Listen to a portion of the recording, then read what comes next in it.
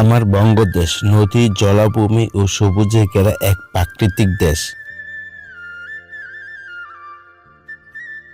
এই প্রাকৃতিক মাঝেই নীরবে দাঁড়িয়ে থাকে এক অবহেলিত উদ্ভিদ হলো কেয়া গাছ।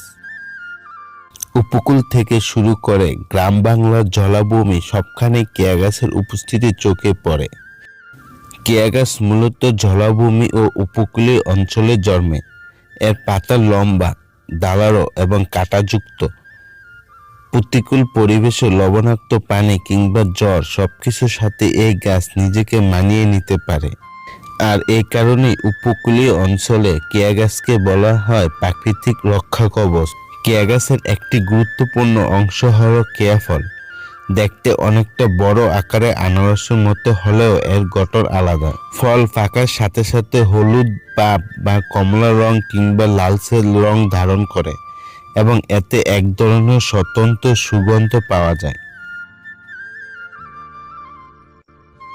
গ্রাম বাংলায় বহু বছর ধরে কেয়া ফল ব্যবহৃত হয়ে আসছে লোকজ চিকিৎসা ও খাদ্য উপাদান হিসাবে। অনেক জায়গায় কেয়া ফল থেকে শরবত তৈরি করা হয়, যা গরমের সময় শরীরে ঠান্ডা রাখতে সহায়তা করে।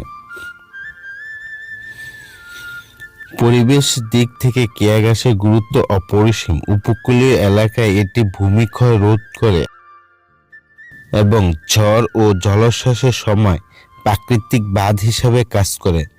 অনেক বিশেষজ্ঞ মনে করেন উপকূল রক্ষায় কেয়া গাছের ভূমিকা আরও গুরুত্বের সঙ্গে বিবেচনা করা উচিত।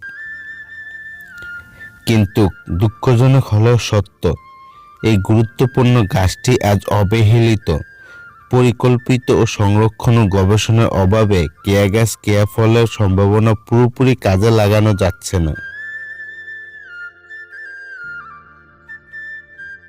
প্রাকৃতির এই নীরব যোদ্ধা কেয়া গাছ ও কেয়া ফল আমাদের পরিবেশ, জীবন ও সংস্কৃতির সঙ্গে গভীরভাবে জড়িত।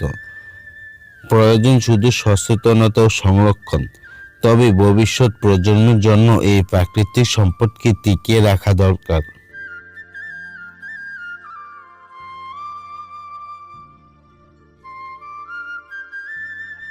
এই ডকুমেন্টারি ভালো লাগলে লাইক দিন, শেয়ার করুন এবং এমন আরও তথ্যভিত্তিক ডকুমেন্টারি পেতে আমাদের চ্যানেলটির সঙ্গেই থাকুন।